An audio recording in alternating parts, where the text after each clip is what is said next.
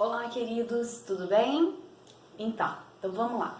Hoje, então, é a nossa primeira aula, né, do 7º ano, então prestem atenção, vou explicar a matéria que vocês já começaram a ver, certo? Então vamos, nosso assunto é sujeito e predicado. Quando eu falo de sujeito e predicado, o sujeito, gente, é sobre, como se fosse assim, aquilo, quem pratica a ação, né? Quem está praticando aquela ação. Quando eu digo assim, ó, Wilciane explica a matéria. Quem é que está praticando a ação? Wilciane. Então, Wilciane é o sujeito. Quando eu retiro o sujeito, tudo que resta é o predicado. Atenção, porque às vezes o nosso sujeito ele não vem no início da frase. Se eu falar assim, ó, hoje Wilciane está explicando a matéria.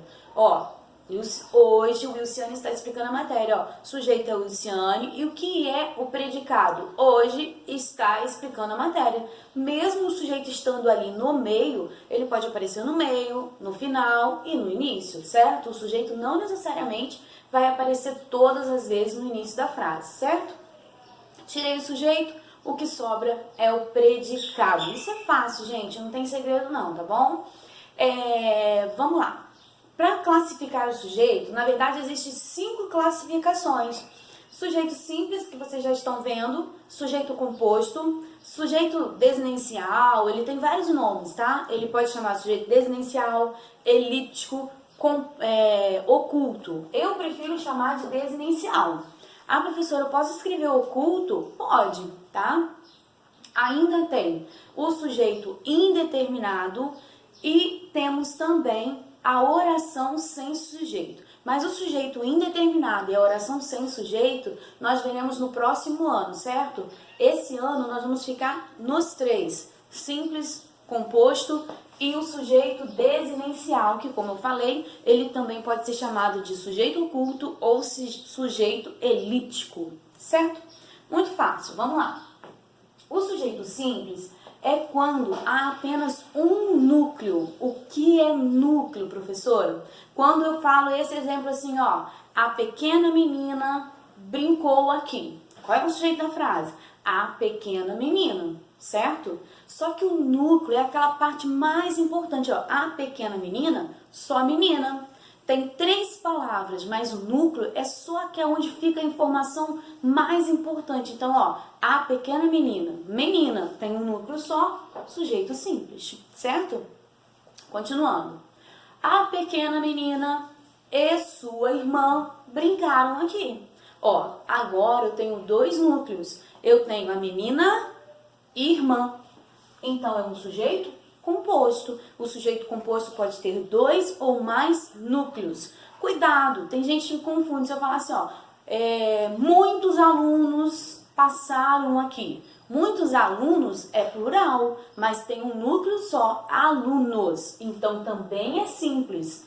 Tem gente que acha que só porque tá no plural, ele vai ser considerado um sujeito composto. Não, para ser sujeito composto, é necessário ter 2 ou mais núcleos. Tá certo? Entendendo? Vamos seguir.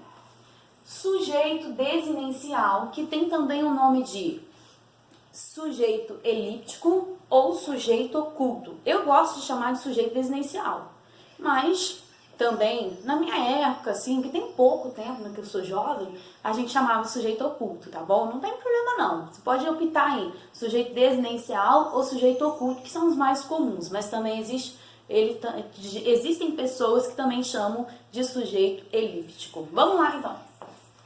O sujeito desinencial, e eu vou explicar para vocês por que eu gosto de chamar de desinencial, porque daqui a pouquinho, quando vocês estiverem lá no 8º ano, nós vamos estudar a estrutura de palavras. E nós vamos ver que desinência é o finalzinho do verbo. Então, esse finalzinho aqui, na estrutura de palavras, nós vamos ver que chama de desinência. E o sujeito desinencial, a gente descobre ele pela desinência, pelo final do verbo. Ó, estudei muito. Ué, quem é que estudei muito? Tá aqui na frase? Não, mas pelo final do verbo, pela conjugação, eu sei que Estudei muito é eu estudei muito. Então, apesar dele não aparecer aqui, ele está oculto. Eu consigo descobrir pela desinência, né? Que é mesmo? Pelo finalzinho do verbo, pela conjugação. E eu sei que eu estudei muito, o sujeito é desinencial, porque ele não aparece na frase, ele está escondido. Mas pela conjugação do verbo, eu sei que é eu. Próximo exemplo. Falamos com ela. Quem é que falamos? Tá aqui na frase? Não, mas eu sei pelo finalzinho do verbo que é nós. Nós falamos com ela. Sujeito desinencial. Bebeu tudo. Quem é que bebeu tudo? Não tá aqui? Não, não tá aparecendo. Mas eu sei pelo final do verbo que é ele bebeu tudo. Deu para entender? Sujeito desinencial, então, é aquele sujeito que não aparece na frase, mas pela conjugação do verbo, finalzinho lá do verbo, a gente consegue descobrir sobre quem está falando. Isso é um sujeito desinencial. Fácil, não é? Tá, pra gente concluir, vou falar de predicado verbal e predicado nominal. Vamos lá, vamos pensar num exemplo aqui. Predicado verbal. Deixa eu ver um exemplo. Deixa eu pensar. Tá, lembrei. Se eu disser assim, ó, Andriele pegou o livro. Vou usar o nome de vocês, pra vocês acordarem aí, tá bom? Andriele pegou o livro. Quem é que pegou? Andriele. Então, quem é o sujeito? Andriele. Tudo que sobrou é predicado. Pegou o livro. Quando esse predicado tem um verbo que indica a ação, a gente chama ele de predicado verbal. Ó, a ação de pegar. Então, nesse caso aqui, é um predicado verbal. Se eu pedir assim, ó, classifique o predicado das frases, você vai me dizer que é um predicado verbal, ok? Outro exemplo, ó, se eu disser assim, ó, Sara é simpática. Viu, Sara? Sara é simpática. Quando o verbo da frase, ó, o verbo aí é o é. Quando o verbo da frase for um verbo de ligação, quais são os verbos de ligação? Vou falar bem devagar porque eu vou escrever aqui. Quem quiser anota, ó.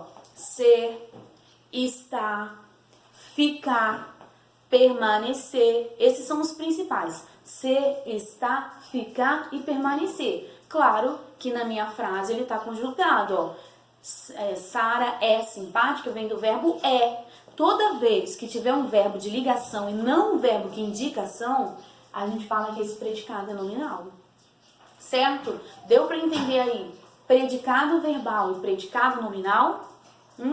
Então tá, ó. Vou colocar um exercício, né? Vou ver aí se a gente fala mais sobre sujeito nesse exercício, deixa o predicado para a próxima aula, mas já fica explicado. E aí, pessoal, tudo certo? Deu para entender? Então, ó, um abraço para vocês. Tô sentindo falta de dar uns berros lá no 7º ano, de chamar a atenção, né? Aquelas aulas que só Jesus.